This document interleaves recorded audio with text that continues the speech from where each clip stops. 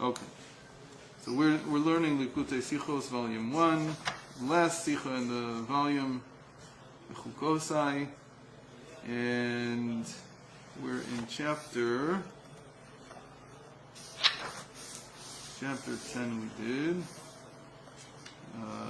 chapter 11 we did, yes.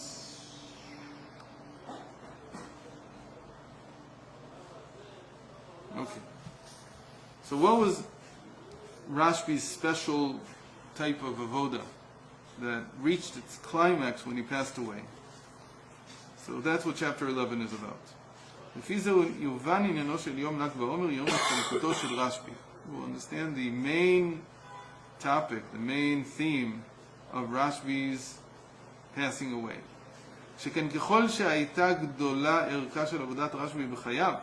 Because as great as his work was in his life, and what was his work in his life? So he describes it in the Zohar. He says, "Bechad ketira itkatarna." I have been tied with one tie, meaning my whole life I've dedicated to tying one knot. Beyachida beylahita. With it, I am connected, and with it, I am passionate. What is this knot? This knot was that he wanted to tie the reality of the world all to God's oneness. But it wasn't just that. He had this thing, and he said this to his students. Anan b'chavivuta tal yamita. That we are the knot between us. That's what's important. He says, as long as we have dibuk chavirim, as long as we have a brother. Throughout the Zohar. What? The whole Zohar is his Talmidim. He has 9 Talmidim that are with him all the time until the Idra Rabbah. And then 3 of them passed away and they don't show up in the Idra Zuta. הרי ערכו של מה שנוצר ביום ההסתלקות הוא גדול יותר. But what זה גם מובנו של הנאמר לגבי משה רבינו. Same thing happened by Moshe Rabbeinu. Moshe Rabbeinu worked his whole life to get the 50 gates of understanding. But he didn't. In his life, he was given all of them, access to all of them except for one, the 50th gate.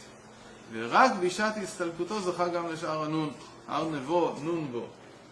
Only on the day of his passing, and he passed away in a place called Mount Nevo. So it says Nevo is an acronym for Nun Bo, that the 50 is in it.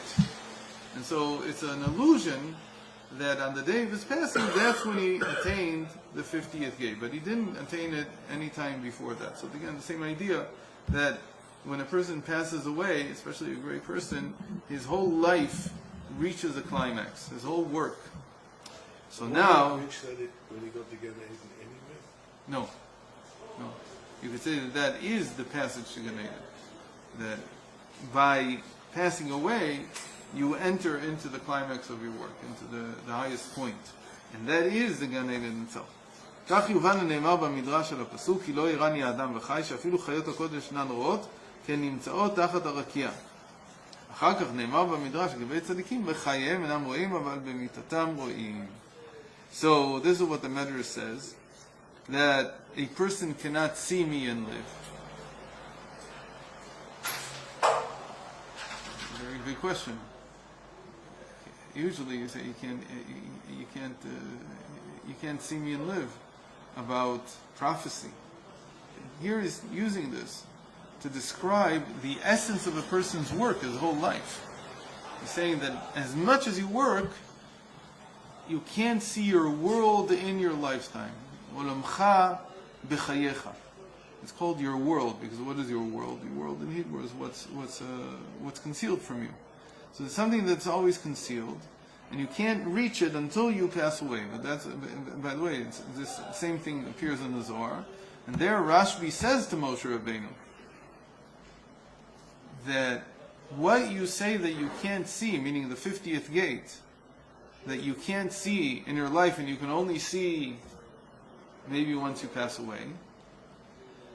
So says Rashbi, you should know that in the understanding of the heart, what we call the understanding in the mind's heart, there you can see it even in your lifetime.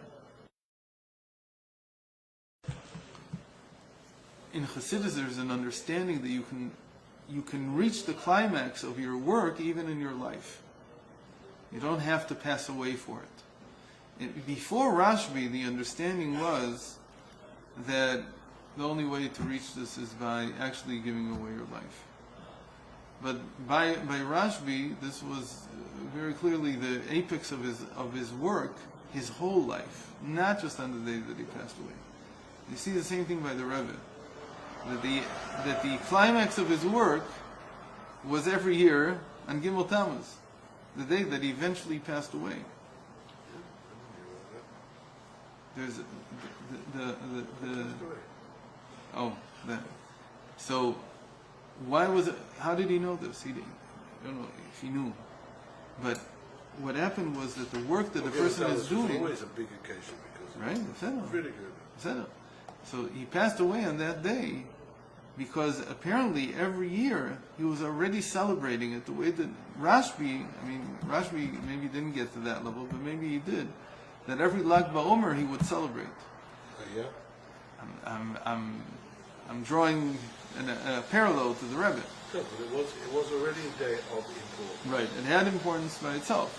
And probably they had it for bringing. As a student of Rabbi Akiva, it would make sense that Rashbi would verbring on Lag BaOmer. It makes a lot of sense. And even they had this custom that he, shooting the bow and arrow, which was maybe a memory from Bar Kochva, and all these things. They had all kinds of things that were related to Lag BaOmer. Rashbi saw Bar Kochva? Of course he saw him. He was against him, but he saw him. And he didn't agree with this teacher, but he didn't say anything his whole life. He never said anything that he's against it. Only later he said, I have a different alternative. So the same thing, the same idea here is that a person doesn't have to wait until he dies in order to reach this level now. It's every day, What you're talking about is the highest possible level. So if you do it through the mind. What happens after that? No, so you keep reaching it you can reach it every day. That's the whole point. That in Chassidus, the whole idea is that you can die, as it were, every day. How do you die? You die by revealing the mind's eye in the heart, the understanding in the heart. That itself allows the 50th gate to appear. Okay?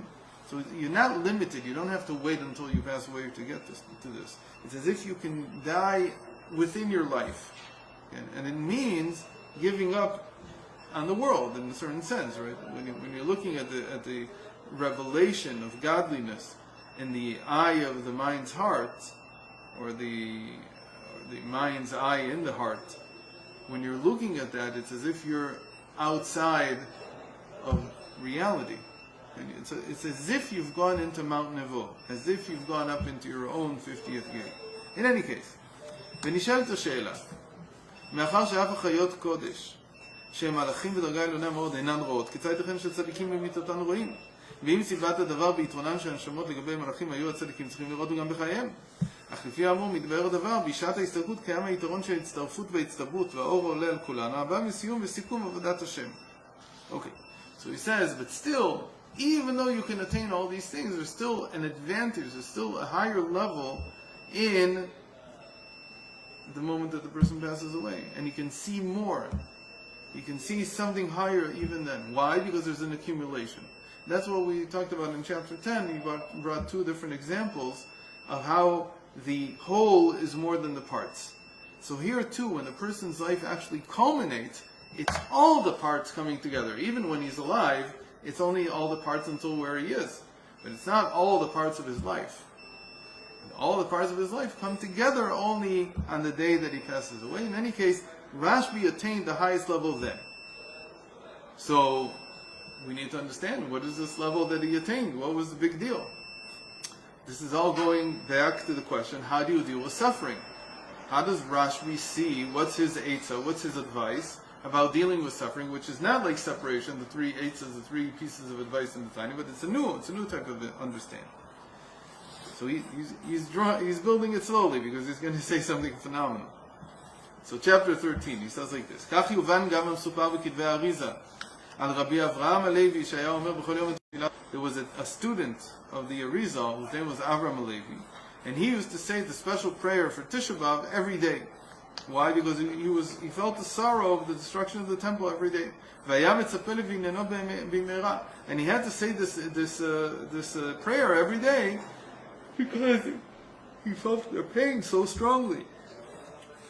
אבל כשאמר תפילת לכם גם בל"ג בעומר במירון, פגע בו כבדתו של רשב"י. But then he went to Lag BaOmer to Miron. What? He died. I don't remember what. I think he died. He said it there on Lag BaOmer, and he was stricken by judgment. Why? because דבר הדבר על פי המובן משמו של רבנו הזקן, כי ישנן נשמות של יחידי סגולה שלגבי דידן אינן קיימות התוצאות הרוחניות השליליות של חורבן הבית, ואחד מאלו הוא רשב"י. Because by Rashbi, the Alter Rebbe says, he's a special soul who does not experience the lack that came from the destruction of the temple. He doesn't experience it, ever. מובן אם כן, כשהגיע יום ל"ג בעומר, בו התרכזו כל עבודת רשב"י, בתוספת האור העולה על כולנו, לא היה על רבי אברהם הלוי להרגיש את החורבן לגמרי, בהיותו תלמיד האריזל, ויודעו את ערך יום ההסתלקות כסיום העבודה, ואת חשיבותו המיוחדת של רשב"י. So, it's very surprising that the student of the Arizal, that he did this, that he felt the pain of the destruction of the temple on Lag BaOmer, because that's the day in which Rashbi's, the culmination of all his work together is shining in the world. So, okay, so what's his work? We're beginning to see what it is. It has something to do with the destruction not affecting him. So the Yisurim, the suffering, does not affect him in some way. So how does it not affect him? Tam Adavar, says the Rebbe, chapter 14. Avodat Rashbi הייתה להמשיך להשרות את פנימיות התורה, סתים דאורייתא. Rashbi's work is to bring down, really it's to immerse reality within the pnimius of Torah, the hidden part of the Torah. What does it mean? That he puts the satim deoraita begalia shebatorah. That he brings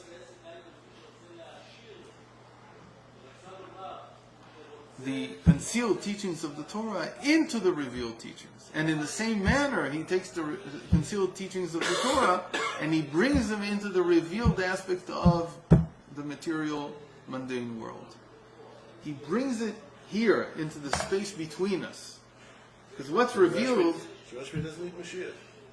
Hold on. Wait a minute. He needs a base of Mikdash. Hold on.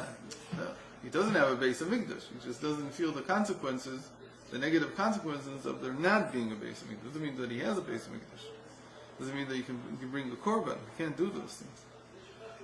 But he's doing something else, which is equally important. He's permeating reality, the space between. Not like we said, remember when we learned Kedoshim, we said every person has in himself the ability to do mitzvos. But that's only what the Torah commanded to do, only what the Torah can obligate you. But what about all the space outside where the mitzvos don't touch? That, says the Rebbe, that's where the concealed dimension of the Torah can act. It can come out into the space between, into the Galia Shebaolam, into the revealed reality of the world. Meaning there's a table here, there's whatever this thing is, there's these pens, there's this computer. That can be permeated, or rather immersed within the inner teachings of the Torah. So you could look at all these things from the point of view of the inner teachings of the Torah. Which you can't do, you cannot do this with the revealed teachings of the Torah. The revealed teachings of the Torah, don't touch this. The Alter Rebbe brings that down in Tanya. What is he? The Alter Rebbe basically brings that down in Tanya. Huh?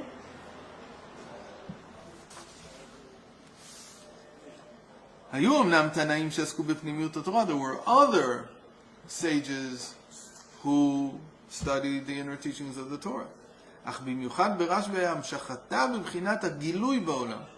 But Rashbi was the one who brought it to be revealed in the world, meaning to deal with the revealed world. וכיוון שעבודתו הייתה הבאת פנימיות התורה אל אנה דחי לידי גילוי בעולם, שזו צורך ההנהגה שתהיה לעתיד לבוא, לא היה קיים לדידו עניין הגלות בכלל. So because what he's doing is he's permeating reality with the concealed teachings of Torah, by him, and this is what's going to be permeating all of reality. Again, to say permeating sounds like it's going to enclose within reality, but it's the opposite. All of reality is going to be permeated within the concealed teachings of Torah, because the concealed teachings of Torah basically reveal that everything is godliness.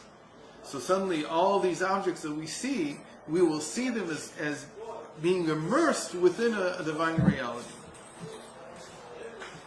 So because this is how Rashbi sees the world, that it's immersed all the time within Torah, it's immersed all the time within godliness, he never felt the consequences of the exile. Chapter 15. Now he's going to give us an example of how this works, just so that we understand. If we haven't understood yet how this works, he's going to explain now. There's a medrash in Shmos Rabbah, at the very, very end of Shmos Rabbah. One of his many students went to a foreign land, went outside the land of Israel, and he became wealthy, was very successful. And then he came back, and he came to visit the Beis Medrash. Probably he came to donate money. In any case, Mirot Rashbi shechalsha da'atam shel hatalmidim. It says then the other students saw him. They saw how wealthy he was, and they were envious, and their spirit weakened for learning, and decided maybe we too should go out into the big wide world and make a profit and make a fortune. So when Rashbi saw that their brand, that their fire for learning had dwindled because of seeing their friend who had become wealthy, he brought them to a certain valley. And according to the same medrash in the Tanchuma, what we're talking about is not just any valley, but the valley that is before Mount Meron, which is Rashbi's Nevo, which is the mountain on which Rashbi reaches his highest level. So he took them there, that he's envisioning his departure from the world, and he's seeing his climax. He understands that it's there. V'kara, and then he calls out to the valley, and he says to the valley, "Bika bika itmalidi nirei zahav." Valley, valley, fill yourself with gold coins. Shitmala bika v'dinarei zahav panal talmidav. So coins, he turned to his students and he said, "Kol echad rashai lakachat dinarim kfi tzorko." Each one of you is entitled to take as many gold dinars as you like. But no, you must know that you are taking from what is destined to be your reward in the future. Meaning you're taking from what is yours. Don't think that you're taking something as a gift. This is yours anyway. You'll receive all of it in the future. What's the difference between receiving it in the future and receiving it now? The simple thing, that if you receive it in the future, it's eternal. If you receive it now, you'll use it up. When it's gone, it's gone. That's the difference between this world and the eternal world of the resurrection.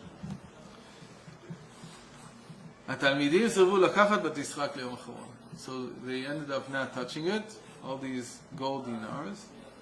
And the Medrash there, it says about them, and it quotes about them the last verse of Proverbs, one of the last verses of Proverbs, that she laughs for the end of days. Why does she laugh? Who laughs? It's a congregation of Israel, the kingdom, and she laughs because she knows that in the end everything will return to her. All the reward she deserves, everything will come back. Okay.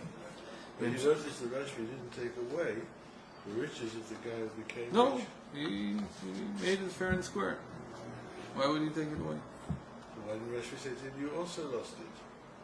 Because he didn't. He didn't take it from this future reward. He worked hard. He worked hard. He went to Chutz La'aretz and he worked hard at B&H. I don't know. בהמשך הדברים מסופר במדרש, הוא worked on in Wall Street, בהמשך הדברים מסופר במדרש, כי רבי שמעון בן חלפתא, שהוא חי בדור מאוחר של רשב"י שהרי היה אמורה, היה עני מרוד ולא היה לו הוצאות שבת ויום טוב. So the Medrash continues with another similar story from one of the Talmudic sages, Rabbi Shimon ben Chalafta. He was very, very poor, and his wife begged him and begged him and begged him to what? Table with 3 legs. Yeah, so that's the end. So begged him that you should please ask from above that they should give us something. So what happened? So in the end he gave in, and he prayed that Hashem should give him something, and indeed they gave him a very precious stone from above. What do you do with a very precious stone? If you don't live in New York, what are you going to do with a stone this big? If you don't live in New York or London, what are you going to do with it? You can't do anything with it. Nobody can buy it from you. It's too expensive. But they know it's worth a lot. So what did he do? He went to the pawn shop, and he said, not the pawn shop, he said like a savings and loan operation. And he said to them, look, I have this stone. I'm going to go somewhere to sell it. I'm going to find somebody who has enough money to buy it. In the meantime, since I have the stone, you see that I have it and you trust me, loan me some money. So I guess that's what happened for a while. And now he's in debt also, because he has the stone, but he still hasn't sold it, so he owes money. What happened then? Then they saw in a dream,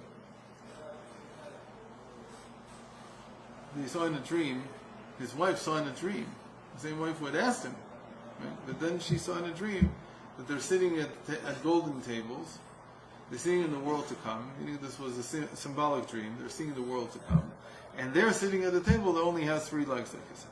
So your table is missing, and your friends' tables are all complete. So he went out to the field and he prayed, and it says that like a hand came down and took this precious stone out. So what was he left with? A debt. That's all he got from this whole thing. Okay. What do we learn from this? במדרש מסיים, רבותינו אמרו, גדול הנס האחרון מן הראשון, כי משמע ימי אביה ומשקל לא שקלי. So it says, it quotes the Gemara also says the same idea. That, right, with one? I think it's Rabbi Chanina Mendoza, but I don't remember. You could be right. Asked for rain, and he came down to God, he said, take it back and give me rain like I really want. He said that was a bigger miracle. That he gave the miracle back, and then he got a different one. In any case, so they said that the last miracle was greater than the first one, because the give they give, you can get like so, but they don't take it back from heaven. Once they've given you, okay, deal with it. This is what you have.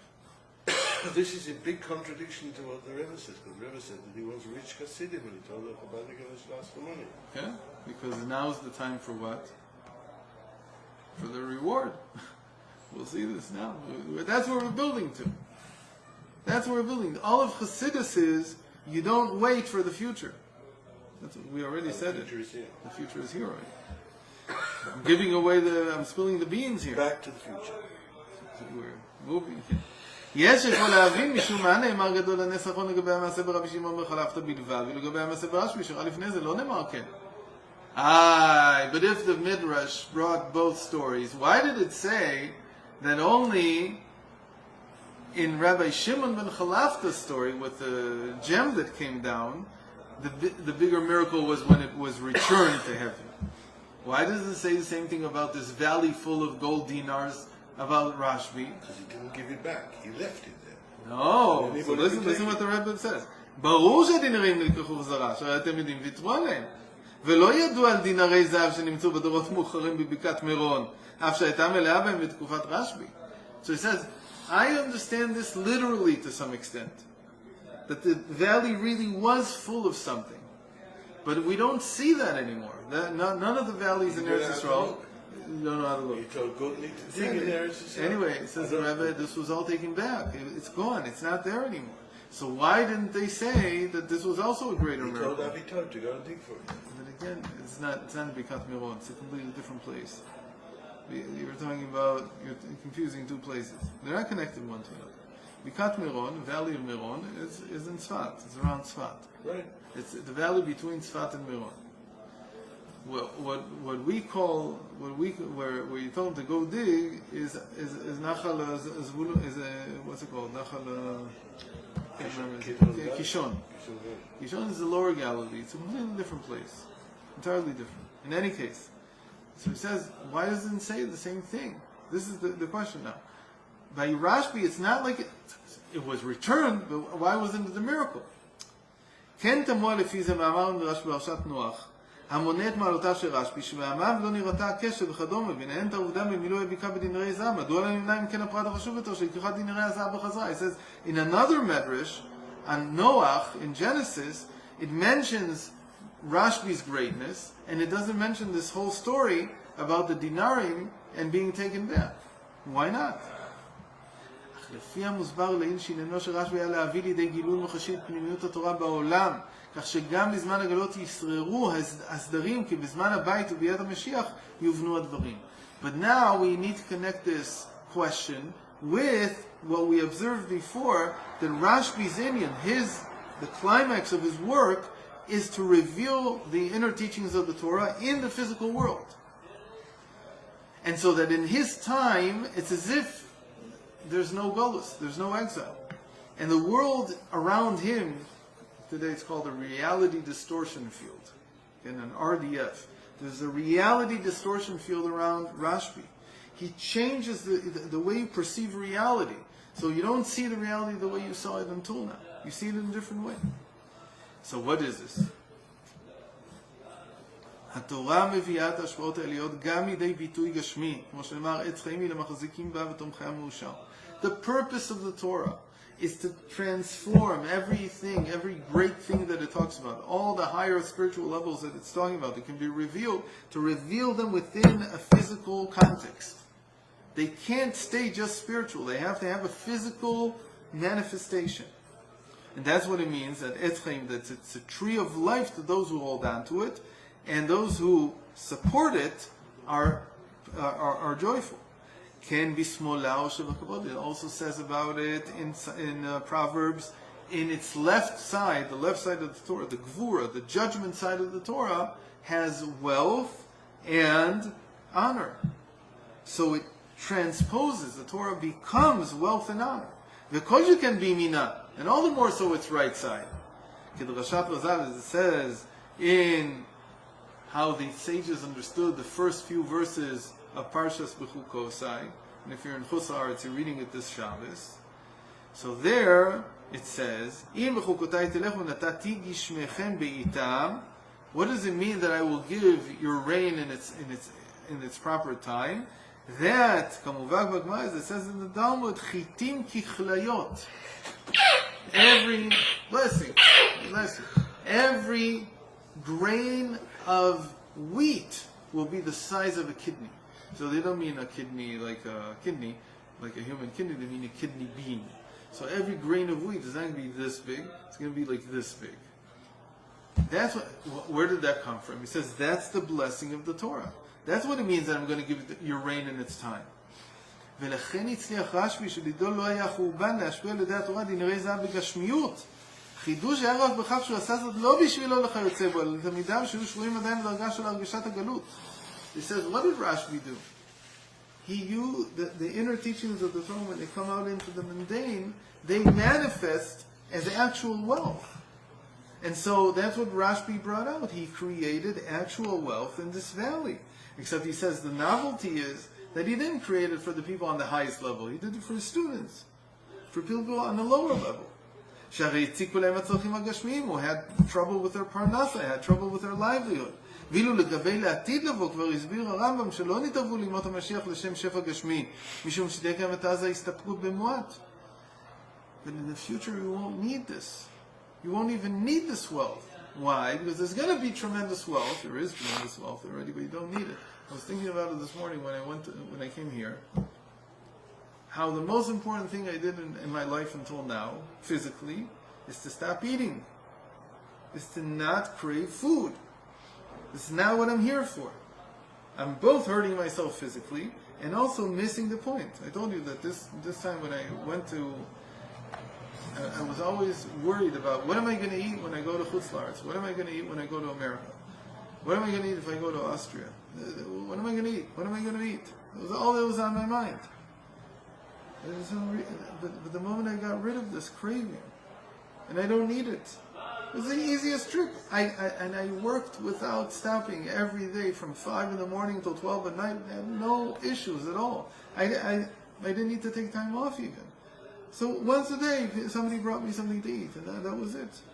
All the rest of the time, I talked to people, I taught, I worked on things. It was wonderful, because I didn't have to worry about these things, these physical matters. That's what he says, that in the future, the people who are really connected to Hashem, they're going to say, we didn't work for this wealth. We don't need this wealth. It's not giving us anything. What do we need? We need very little. It says for a whole year you'll live off of one calf, which is, by the way, not so little, but it's not what people eat a whole calf probably once a month. דבר זה יתאפשר כיוון שההשפעה באה כתוצאה מגילוי פנימיות התורה מעין לעתיד, וכשם שפנימיות התורה נתגלתה לידו בצורה מוחשית בתוך העולם ולכל הסוגים, כן הייתה אפשרות ההשפעה הגשמית בצורה דומה. It says the reason Rashbi was able to reveal this wealth was because of the pnimius of the Torah, because of the inner teachings of the Torah, the inner dimension. The inner dimension reveals the wealth. What does the wealth mean? The wealth means that everything is permeated with godliness. There's nothing at that point.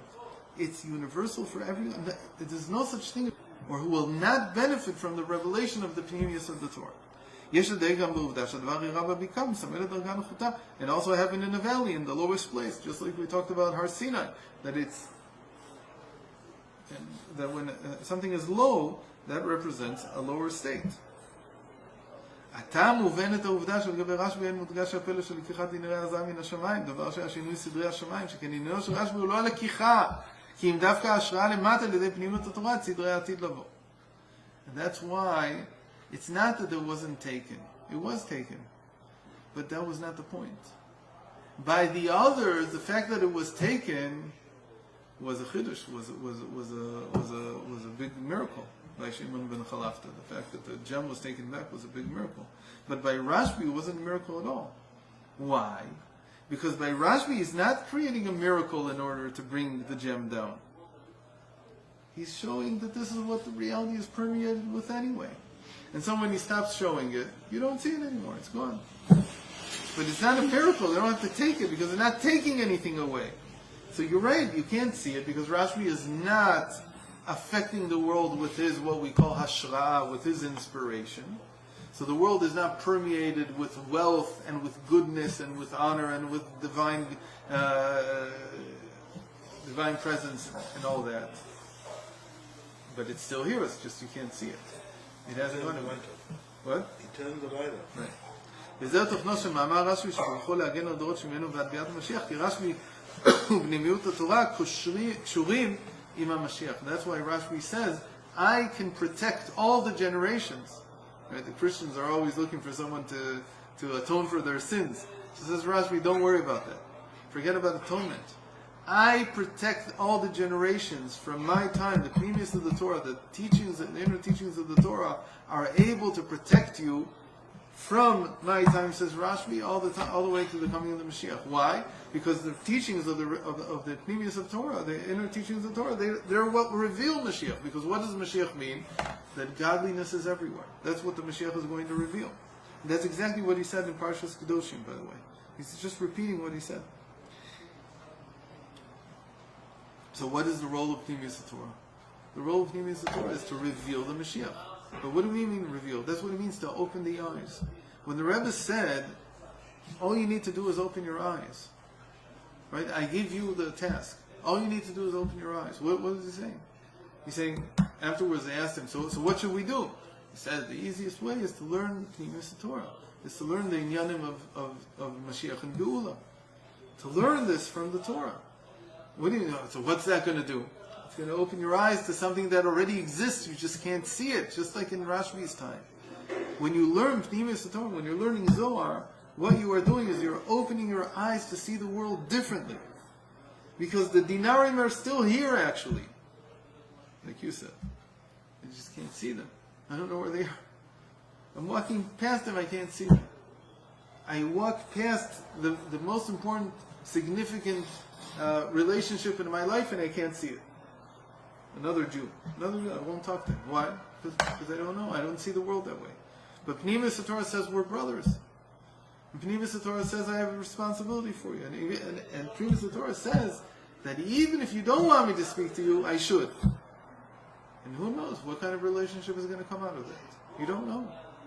So if you stay within the confines of what am I required, what am I obligated to by halacha, so halacha doesn't say that you have to approach everybody who's near you and begin to talk to them about life.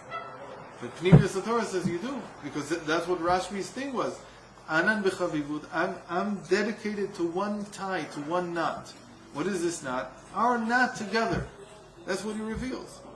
So he says the moment that you reveal that, the whole world changes. You project a light onto reality that suddenly shows it in a completely different way, and you understand it differently. So that story that I told you, maybe I missed during those 3 weeks that I could have been in Los Angeles that time when I was stuck. Who knows what could have happened? Because what is he saying? You're bringing the future into the present. By accepting it, you don't have to wait for the suffering to leave. The suffering itself brings about this revelation. Bring it about. Because how could I have stayed with my story that I told 2 days ago or yesterday? I don't remember when. How could I have stayed for another few days in Los Angeles if it wasn't through some kind of suffering of not being able to board the flight? So there is some suffering there. What can you do? But that suffering is worthwhile. When you ask me, so would you give up any of the suffering in order to save yourself the suffering, but give up all the good consequences that came out of it? So the person would probably say, no. I don't want you to take off 1 minute of my suffering. Meaning if the suffering is that they tell you that you can't fly for 2 weeks, and suddenly they tell you, okay, we'll take off a week. So no, what I did in those 2 weeks, I don't want to give up a week of what I did. I don't want to forgo 1 week just because to prevent myself from a little bit of suffering. It's worth it for me. Why? Because I'm revealing the future. He says that's a completely different proposition. That's sweetening. Sweetening is saying that this thing that you're calling suffering is not suffering at all. It's revealing the future for you. It's bringing the future into the present. And the future is what? It's seeing that God permeates everything. That godliness is everywhere. Okay? So this is a tremendous Sichot. Baruch Hashem. So tomorrow, God willing, Wednesday, we'll start volume 2. Oh wow, you making a seal? No, once we finish everything, we'll make a seal. Oh, okay, that's all 39 All volumes. 39. Stop, we can make a siyum in this. But we didn't start from Bereishis, so we have a little bit of a problem to make a siyum. Next volume, I hope that we do learn all of it. Then we can make a siyum. Bezrat Hashem.